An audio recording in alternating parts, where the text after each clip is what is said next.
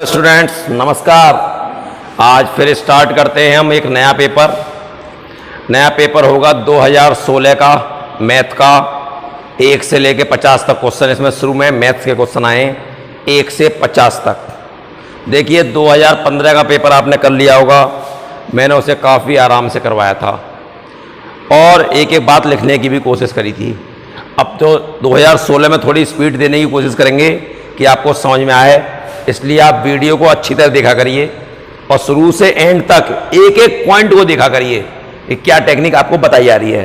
तो हो जाइए तैयार, फिर स्टार्ट करते हैं। पहला क्वेश्चन आया था, एक वृत्त की जीवा की लंबाई 24 सेंटीमीटर। ये वृत्त, इसकी जीवा ये 24 सेंटीमीटर की है, कहता है तथा यह केंद्र से 5 सेंटीमीटर की दूरी पर। ये दूरी हमेशा लंबवत होती है, जब लंब डालेंगे तो 12 की ये हो गई, 12 की ये हो गई। फिर कहता है तो उसी वृत्त के केंद्र से 12 सेंटीमीटर की दूरी पर जीवा की लंबाई बताओ। इसी वृत्त में कितनी दूरी पर? 12 सेंटीमीटर की दूरी पर इसकी लंबाई, ये वाली लंबाई बतानी है। पहले आप इसमें इसको मिला लीजिए। जब ये 12 है और ये 5 सेंटीमीटर की दूरी थी तो आप पाइथागोरस प्रमेय से निकालेंगे तो ये 13 आएगा। जब ये 13 त्रिज्या है तो ये भी तो 13 त्रिज्या ही होगी, और ये दूरी कह रहा है 12 सेंटीमीटर दूरी पर। अब इसके वर्ग में से इसका वर्ग घटाएंगे और वर्गमूल लेंगे तो ये 5 आएगा, और जब ये 5 तो ये भी 5। तो जीवा की लंबाई कितनी आ गई? जीवा की लंबाई 5 और 5 10 सेंटीमीटर। तो इसका ऑप्शन नंबर बी सही है। आइए दूसरा क्वेश्चन देखते हैं। दूसरा क्वेश्चन कहता है, एक रेखा जिसका समीकरण 4x - 3y + 12 = 0 है, x अक्ष पर a बिंदु पर काटती है। तो a के निर्देशांक, जब x अक्ष पर काट रहा है, x अक्ष पर y = 0 होगा। y का मान 0 लगा दो, 4x ये 0 हो गया, + 12 = 0, 4x = -12, x = -3, और y की वैल्यू कितनी है? 0। तो a के निर्देशांक क्या आ गए? -3, 0। ये क्वेश्चन नंबर हो गया दूसरा। तीसरा क्वेश्चन देखिए क्या कहता है। तीसरा क्वेश्चन कहता है 7 की पावर 0 इंटू 25 की पावर -3/2 -5 की पावर -3, इसका मान होगा। जरा ध्यान दीजिएगा, किसी की पावर 0 1 होती है, इसको हम 5 का स्क्वायर लिख सकते हैं। घातांक का क्वेश्चन है, -3/2 -5 की पावर -3, 2 से 2 कट जाएगा।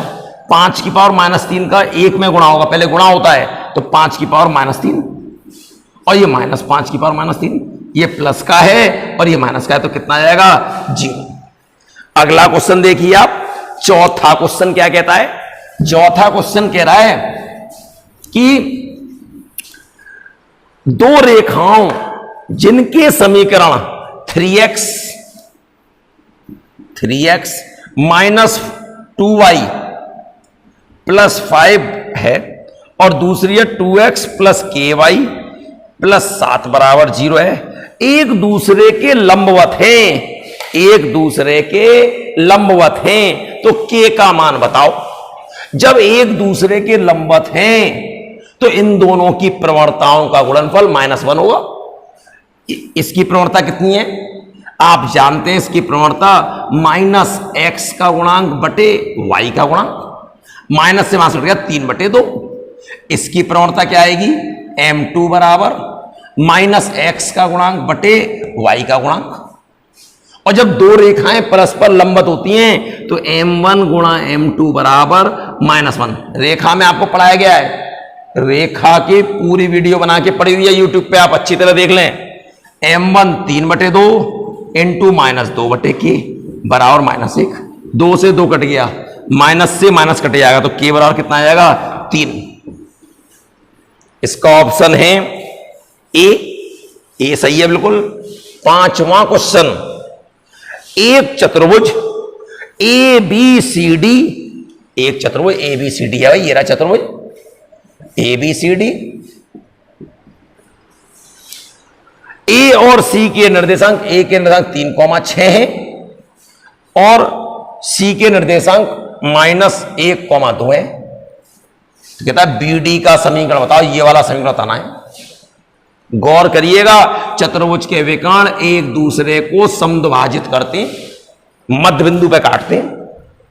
आपसे बीडी का समीकरण पूछा है तो जो 4 ऑप्शन दे रखे होंगे वो बीडी के दे रखे होंगे। पहला ऑप्शन क्या दे रखा है, मैं ऑप्शन से आपको सिखाना चाहूंगा। 2x + 4y = 5, B 2x + 4y = 0, सी x + 4y = 12 और डी x + y = 5। जरा ध्यान दीजिएगा, हमें बीडी का समीकरण चाहिए, तो ये जो ऑप्शन है बीडी के तो दे रखे। अब चतुर्भुज में क्या होता है, विकर्ण एक दूसरे को समद्विभाजित करते हैं, तो ये मध्य बिंदु होगा। तो देखिएगा इन दोनों का मध्य बिंदु क्या होगा, 3 में -1 जोड़ेंगे 2 और 2 में 2 का भाग करेंगे 1, 6 में 2 जोड़ेंगे 8, 8 में 2 का करेंगे 4।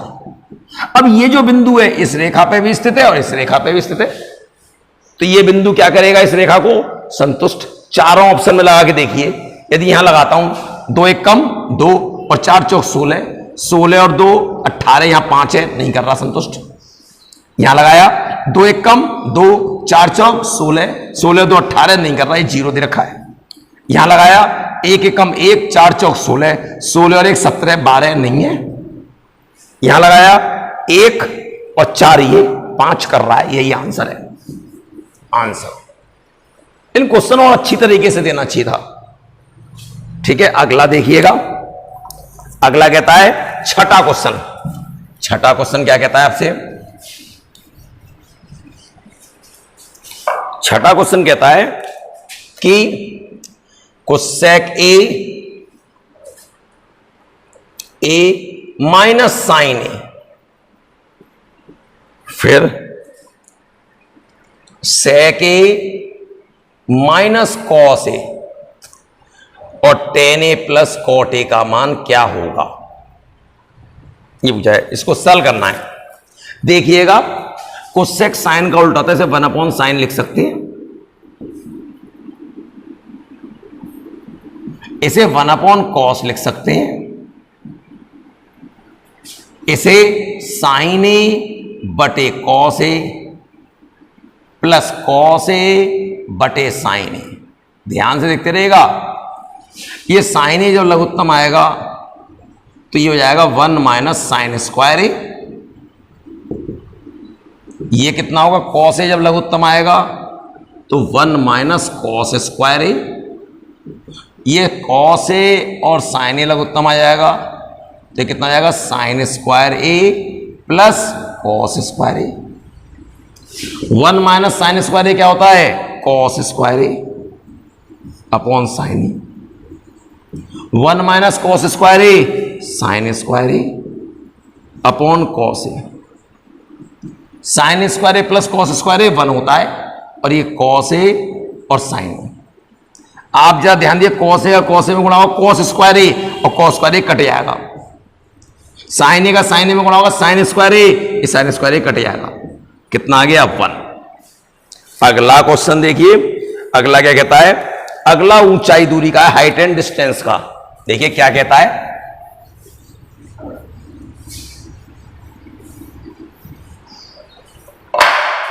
देखिएगा आपको यह भी बता दूं मैं, जो 7वां क्वेश्चन है यही मेरे यहां से जिस बच्चे ने पूरे यूपी में टॉप करा था, जिसकी रैंक 3rd थी, उसका यही क्वेश्चन गलत हो गया था, नहीं तो उसकी 1st रैंक होती, जिसका नाम है जसवंत चौधरी।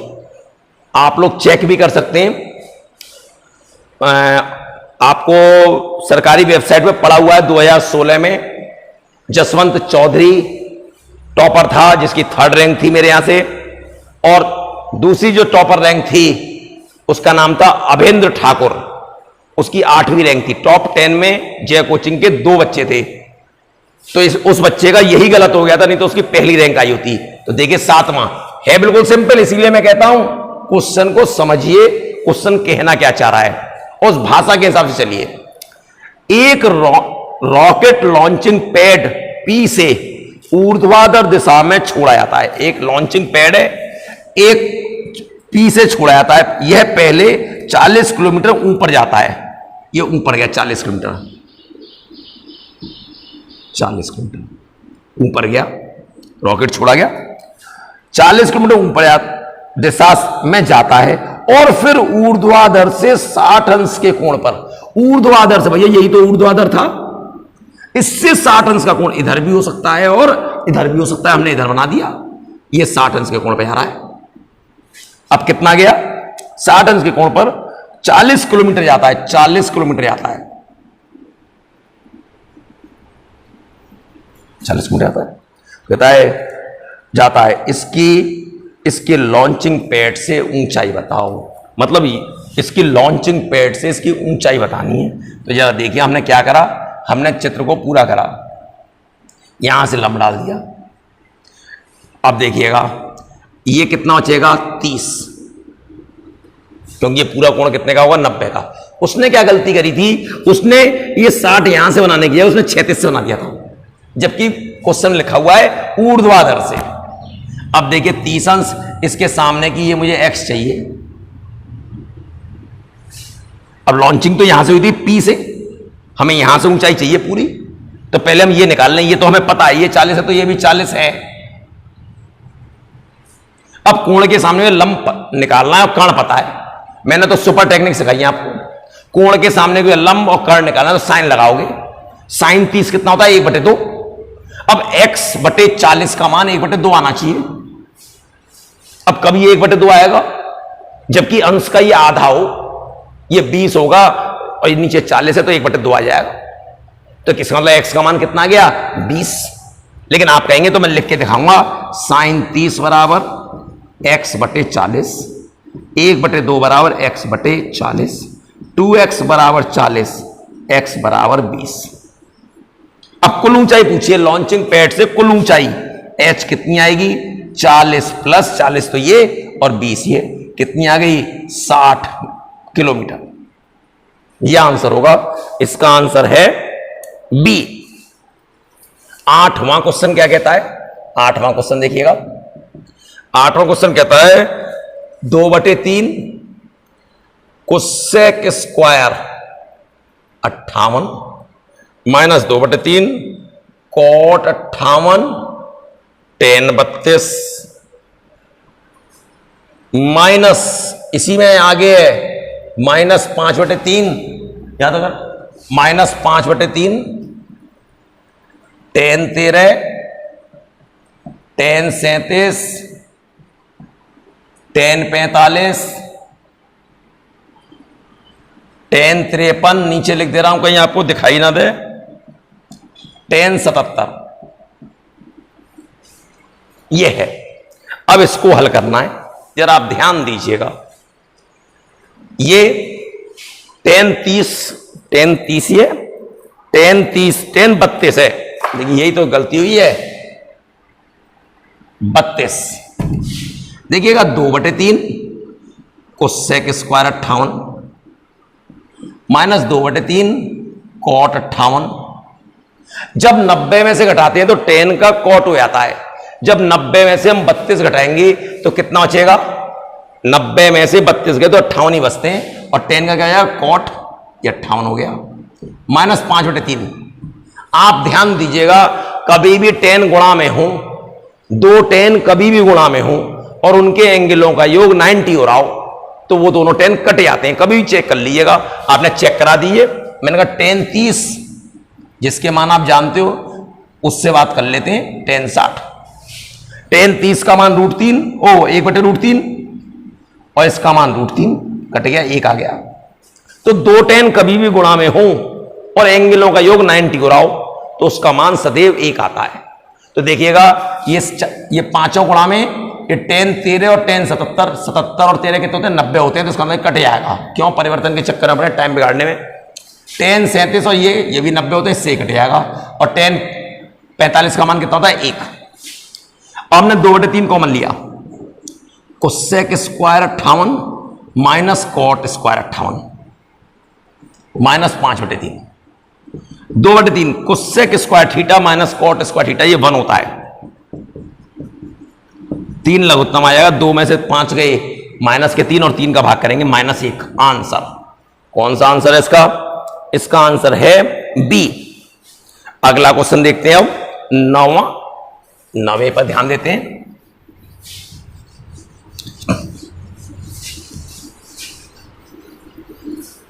नवा क्वेश्चन कहता है कि एक पहाड़ी का, यह भी हाइट एंड डिस्टेंस का है, एक पहाड़ी का खंबे के धरातल से उन्नयन कोण 60 अंश है।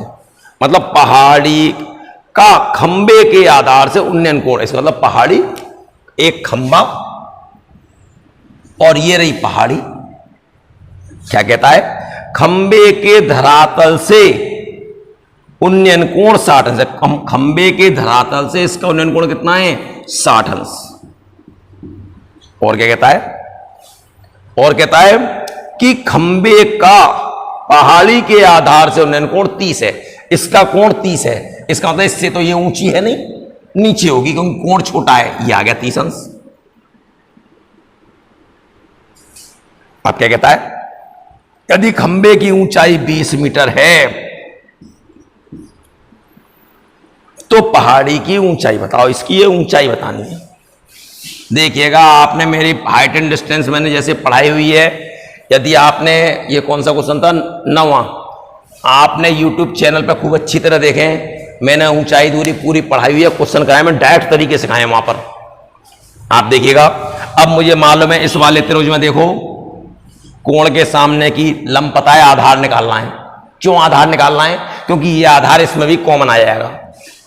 अब 10 लंब बटे आधार क्या लाऊंगा? 10, और 10 30 का मान कितना होता है? 1/√3। इसका मतलब 20 में कितने का भाग करूंगी? बटे में √3 बचे, 20√3। इससे एक हट जाएगा, 1/√3 आ जाएगा, तो डायरेक्ट 20√3 आ गया, डायरेक्ट आ गया। लेकिन आप नहीं मानोगे तो आप x मान लेना, मैंने आपसे कहा है कई बार। आप आराम से लगाओ 10 30 अंश बराबर लंब बटे आधार, लेकिन मैं तो आपका दिमाग तेज करना चाहता हूं। 1/√3 बराबर 20/x और x बराबर 20√3। अब इस वाले त्रिभुज में देखो, 10 60, लंब निकालना है, आधार पता है, नीचे 20√3 है, ऊपर √3 चाहिए क्योंकि 10 60 का मान √3 होता है। नीचे कितना है आधार? 20√3। ऊपर कितना लिखूं कि √3 बचे? तो 20√3 तो होना ही चाहिए, 1√3 और होना चाहिए क्योंकि इससे एक कट जाएगा। और ये कितना हो गया? 60। इसका मान कितना आएगा? 60। आपकी समझ में नहीं आया तो आप देखिए कैसे आएगा। 10 60 बराबर, यदि आप चाहो तो ऐसे, लंब h बटे आधार x 20√3, इसका मान √3, h बटे 20√3, क्रॉस मल्टीप्लाई h बराबर 60 मीटर। लेकिन जैसे मैं सिखाता हूं डायरेक्ट करने के तरीके, उससे माइंड पे बहुत फर्क पड़ता है सोचने में। अगला देखिए आप, अगला क्वेश्चन कहता है 10वां क्वेश्चन कह रहा है,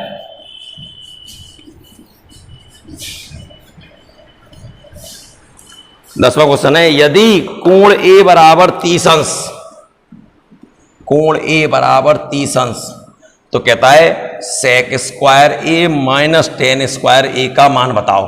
अरे मैं एंगल क्यों लगाऊं, आप तो 30 लगाओगे और फिर मेहनत करोगे।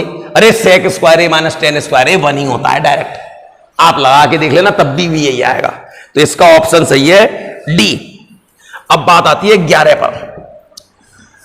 दोनों सिरों पर खुली हुई धातु की एक बेलनाकार धातु है, ठीक है, दोनों सिरों पर खुली हुई है, मतलब ये है, ये बेलनाकार है, इसमें आंतरिक त्रिज्या भी दे रखी है और उसकी मोटाई भी दे रखी है, इसका मतलब खोखला है पाइप। ये रहा। अब क्या कहता है, जिसका आंतरिक व्यास 11.2 है, तो आंतरिक त्रिज्या कितनी होगी? 11.2 है तो 5.6। अब इसकी मोटाई कितनी दे रखी है? 0.4। ये जो दे रखी है, ये देखिए 0.4। कहता है इसकी लंबाई 21 है, तो धातु का आयतन बताओ, उसमें कितनी धातु लगी हुई है। देख, कभी भी खोखली कोई चीज हो, उसमें लगी धातु का आयतन निकालना हो, बाहरी आयतन में से अंदर वाले आयतन को आप घटा दें, बाहर के पूरे आयतन में से अंदर जो आयतन है खाली, उसको आप घटा दें। अब बाहर के लिए बाहर वाली विमाएं लगेंगी, मतलब बाहर वाली आर और बाहर वाली आर, और अंदर वाले के लिए अंदर वाली। यदि आप यहां ध्यान दें, एस तो आपके पास 21 है, लेकिन R1 कितना होगा, बाहर वाली त्रिज्या कितनी होगी, 5.6 प्लस 0.4 6। R2 कितनी है, 5.6। अब धातु का आयतन निकालना है तो कैसे निकालेंगे, बाहरी आयतन माइनस भीतरी आयतन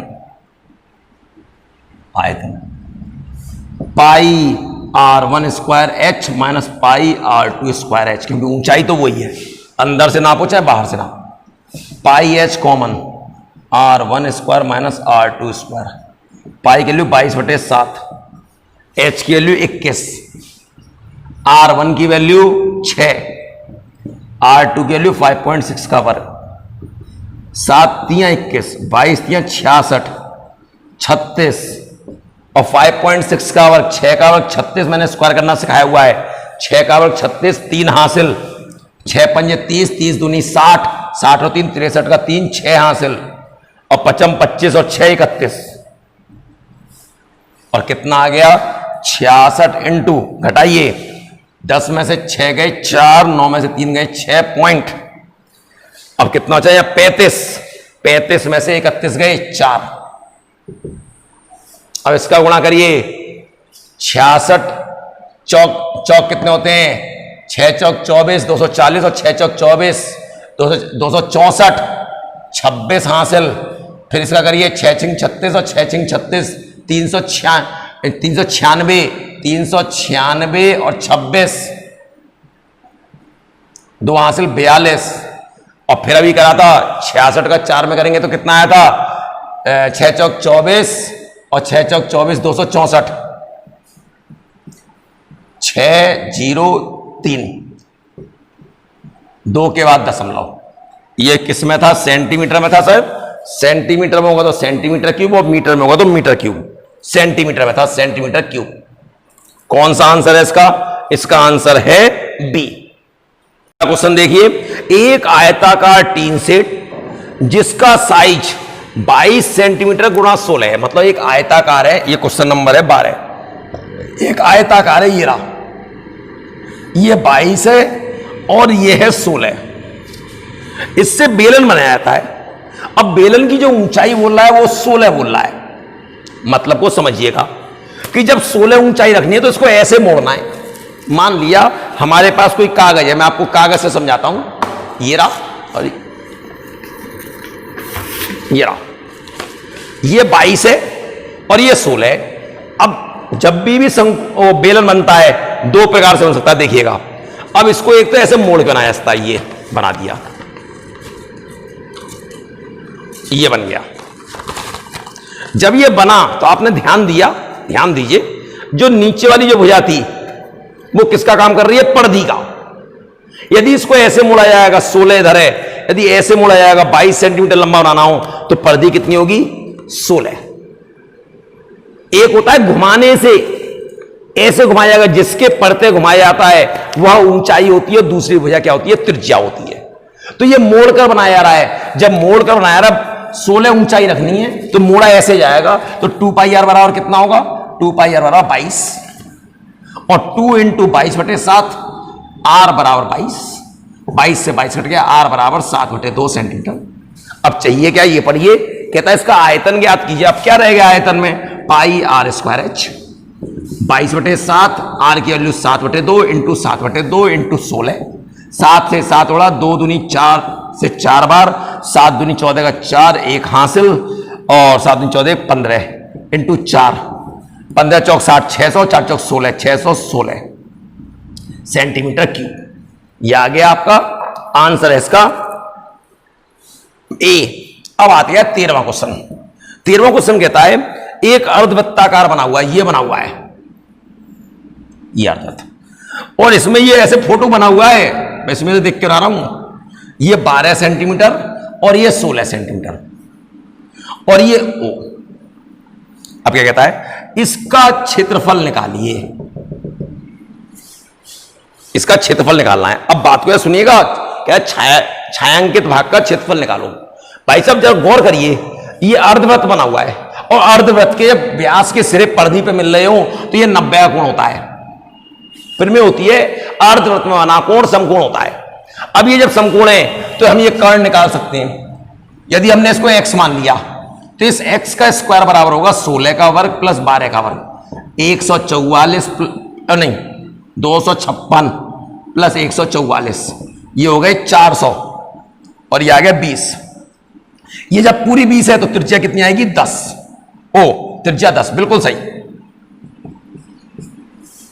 अब देखिएगा हमारा मेन काम क्या है, अर्धवृत्त के क्षेत्रफल में से त्रिभुज का क्षेत्रफल घटा दें। अर्धवृत्त का क्षेत्रफल क्या होगा, अर्धवृत्त का क्षेत्रफल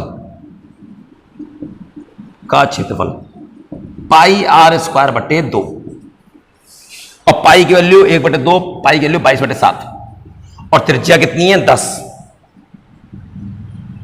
2 से 11 बार 1100/7 सेंटीमीटर स्क्वायर। अब इस त्रिभुज का क्षेत्रफल चाहिए। इस त्रिभुज का क्षेत्रफल आपको निकालना बड़ा आसान है। समकोण त्रिभुज दिखाई दे रहा है और समकोण त्रिभुज क्षेत्रफल होता है 1/2 आधार गुणा लंब। अरे एक कर्ण है, इन दोनों में से कोई एक आधार होगी और एक लंब होगी, तो त्रिभुज का क्षेत्रफल 1/2 लंब इंटू आधार, 1/2 इंटू 12 इंटू 16, 2 से 6 बार 16 × 96 सेंटीमीटर स्क्वायर। और हमें छायांकित भाग का चाहिए। छायांकित भाग का क्षेत्रफल, छायांकित भाग का क्षेत्रफल क्या होगा, गौर से देखिएगा। अर्धवृत्त का क्षेत्रफल माइनस त्रिभुज का क्षेत्रफल 7, 1100 माइनस 7 × 42 का 2, 4 हासिल, 7 9 63 और 4 67 जी 8, 9 में से 7 गए 2 और यहां बचे 10, 10 में से 6 गए 4, बस हो गया बटे 7। अब किस रूप में ये देख लें आप, किस रूप में दे रखा है इन्होंने पॉइंटों में दे रखा है। 7 × 42, 7 एकम 7 पॉइंट लगाया, 1 बचा 0, 7 एकम 7 सेंटीमीटर स्क्वायर, 61.1 यही आंसर है, 61.1 सेंटीमीटर। देखें 14th क्वेश्चन क्या कहता है, दिए गए चित्र में फोटो दिया हुआ है ये और इसको ऐसे बनाया हुआ है और इस पे क्या करा गया है, ये ऐसे और ये ऐसे, और P आराम से देख लेंगे आप अपने पेपरों में, Q R और ये S, छायांकित भाग ये है, ठीक है। अब पढ़ेंगे इसको। कहता दिए गए चित्र में PS वृत्त का व्यास है, PS व्यास है, ठीक है, जिसकी लंबाई 6 है, पूरे की लंबाई 6 है। Q और R बिंदु, Q और R, ये Q ये वाला है और R क्या करते हैं, व्यास को इस प्रकार PQ बराबर QR बराबर RS, ये बराबर बराबर है। मतलब यदि ये 6 है तो 2 तो यहां से यहां तक है, 2 यहां से यहां तक है और 2 यहां से यहां तक है, 6 हो गए। अब क्या कहता है, अर्धवृत्त PQ एवं QS को व्यास मानकर बनाया गया। पहले PQ को भी अर्धवृत्त, ये आधा वृत्त है, PQ को भी बना के और QS को मिला के ये आधा वृत्त है, ठीक है। तो कहता है छायांकित भाग की परिसीमा, परिसीमा मतलब को समझिएगा। इसमें 2 प्रकार की बात है, देखिएगा ऑप्शन और आंसर के चक्कर में मत पड़िएगा, क्योंकि परिसीमा होती क्या है, बहुत शानदार क्वेश्चन है, इंपॉर्टेंट क्वेश्चन। छायांकित भाग की परिसीमा तो ये हुई, ये,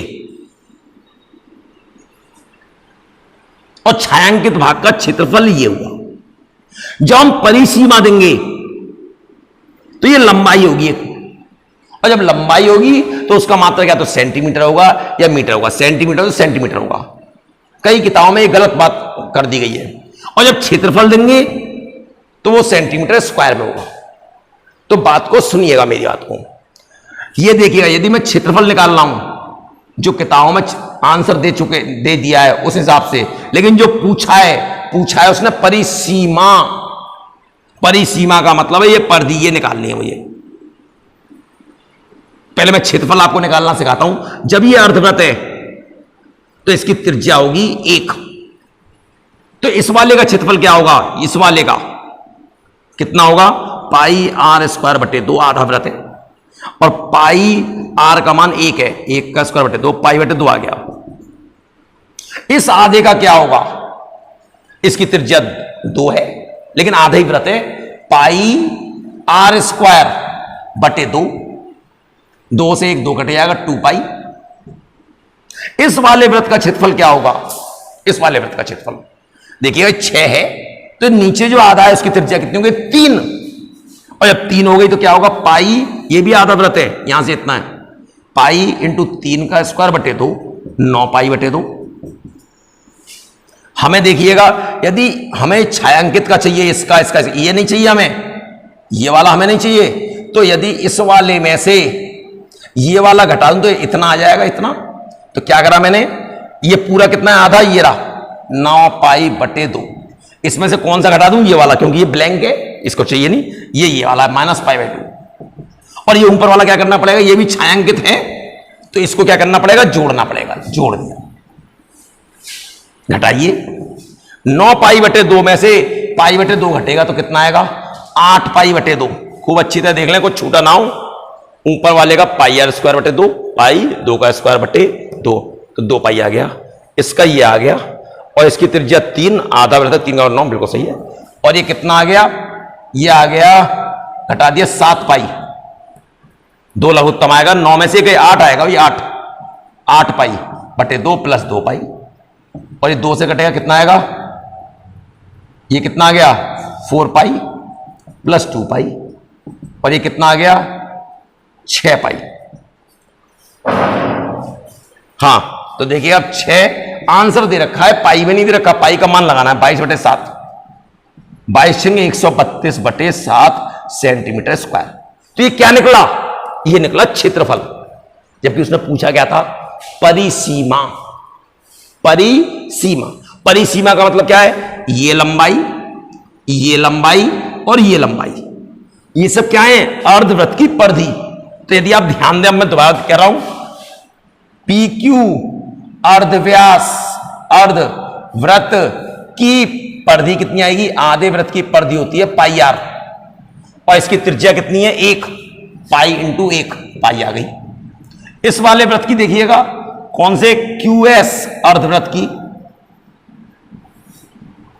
की परिधि क्या होगी, ये भी पाई आर होगी, पाई इंटू यहां आर कितना है, 2 पाई। नीचे वाले अर्धवृत्त की क्या होगी, पी एस अर्धवृत्त की परिधि कितनी होगी, पाई आर, पाई इंटू इसकी त्रिज्या कितनी है, बड़े वाले की 3 पाई। तो परिसीमा कितनी आ गई, परिसीमा कौन से भाग की, छायांकित भाग की। देखिए छायांकित की परिसीमा फिर समझा रहा हूं, ये तो क्षेत्रफल निकाला है, परिसीमा ये आएगी। तो इन सबों को क्या करना पड़ेगा, ये सब जोड़ने पड़ेंगे, तीनों जोड़ दिए, पाई प्लस 2 पाई प्लस 3 पाई, 6 पाई, पाई की वैल्यू 6 इंटू 22 बटे 7, 132 बटे 7 सेंटीमीटर। अब देखिएगा 132 बटे 7 ये भी आ रहा है, 132 बटे वो भी आ रहा है, लेकिन ये सेंटीमीटर स्क्वायर, क्योंकि ये क्षेत्रफल है और ये परिसीमा लंबाई है, तो सेंटीमीटर में। अब परिसीमा के हिसाब से ये सही होना चाहिए, और किताब वालों ने, कईयों ने ये छाप दिया है।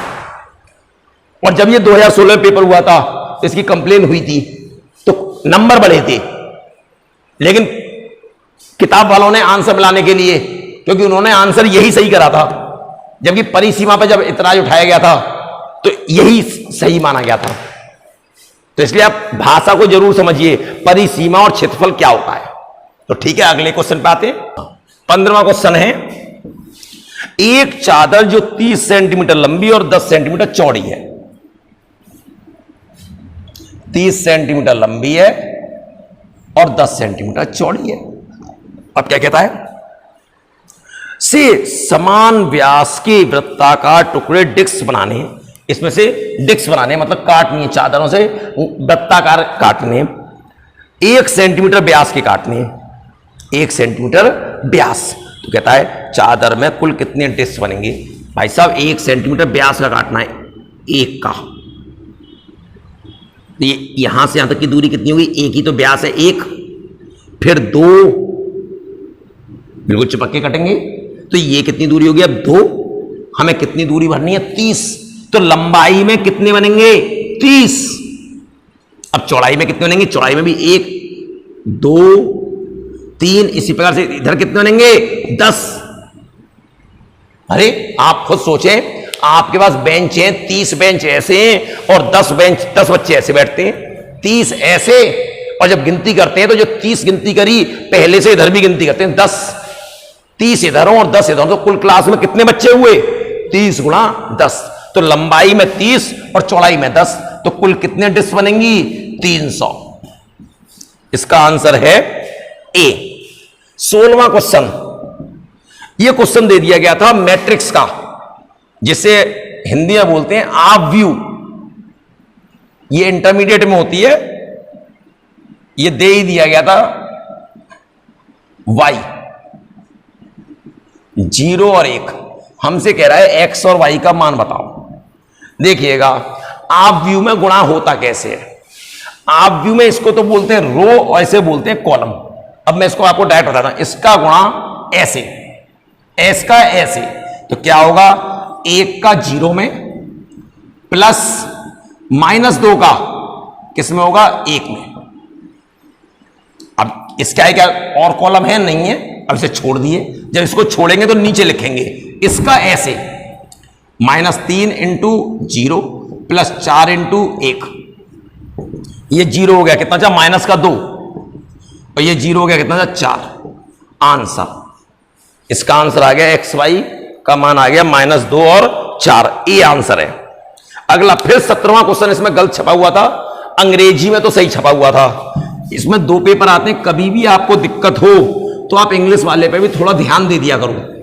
देखिएगा इसमें छाप दिया गया है कि माध्य का 7 है, जबकि माध्य का 7 नहीं है। इंग्लिश वाले में पढ़ेंगे तो उसमें मीन लिखा हुआ है, मीन का मतलब होता है माध्य। तो देखिएगा आप सही कर लीजिएगा।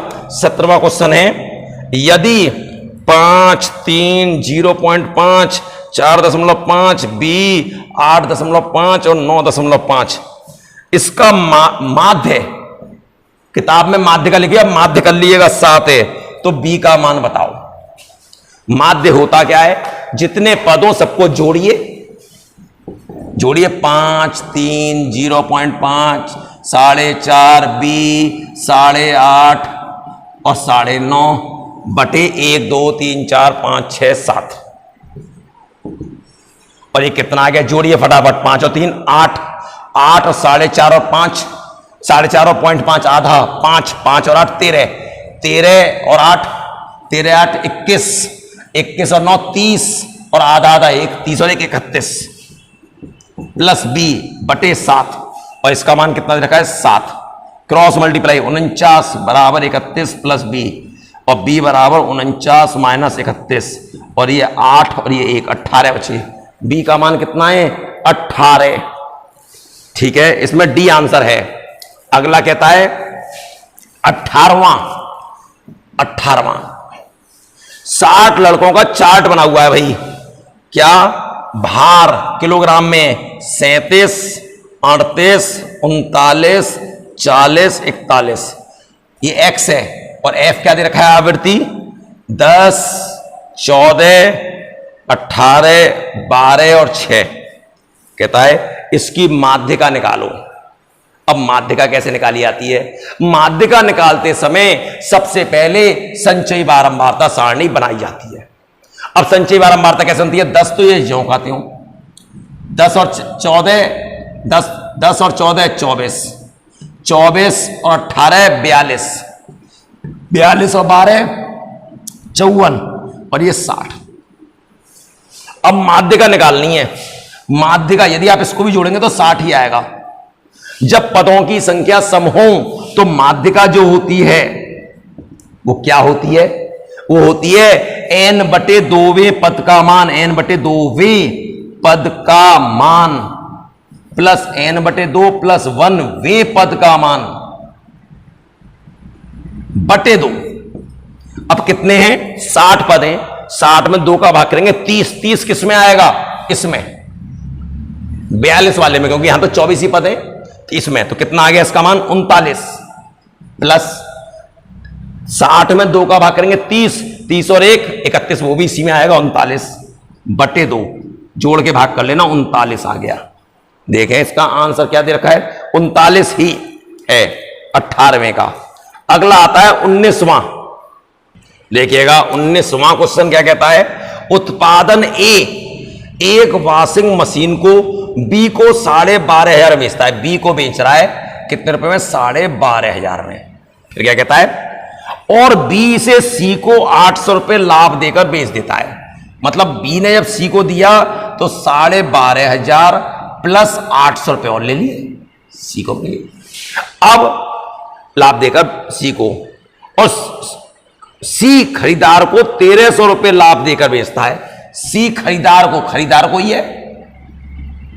अब इसमें से 1,300 रुपए लाभ और ले रहा है, तो 12,500 प्लस 800 प्लस 1,300। भाई मैं तो एक चित्र बना रहा हूं, आप तो सीधे सीधे 1,300 है, आप तो सीधे सीधे ले सकते हो, इतना लंबा चौड़ा बनाने के थे।